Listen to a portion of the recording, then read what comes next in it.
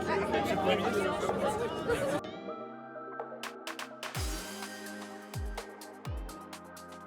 Pour tout vous dire, quand on a commencé l'Alliance, on ne s'attendait pas à cet engouement et à ce succès qu'on allait avoir.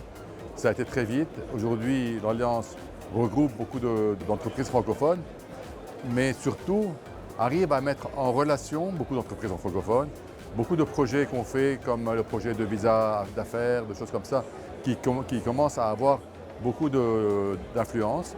Je ne m'attendais pas du tout à ça. Aujourd'hui, c'est un succès, je suis très content.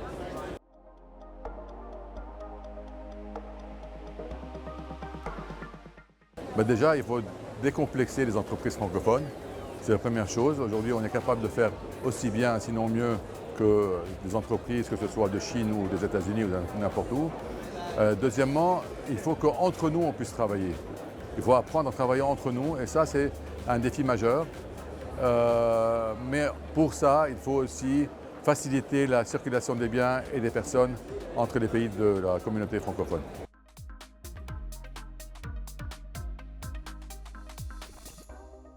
On a plusieurs projets. Un des projets, par exemple, c'est, comme je vous l'avais dit, le suivi des visas d'affaires.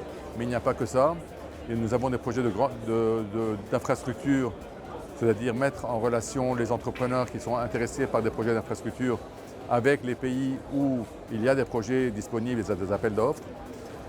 Aussi l'éducation vocationnelle, donc l'éducation technique, tout ça, il faut renforcer ce genre d'éducation pour que nous ayons les ressources nécessaires dans nos pays pour pouvoir compter sur nous-mêmes.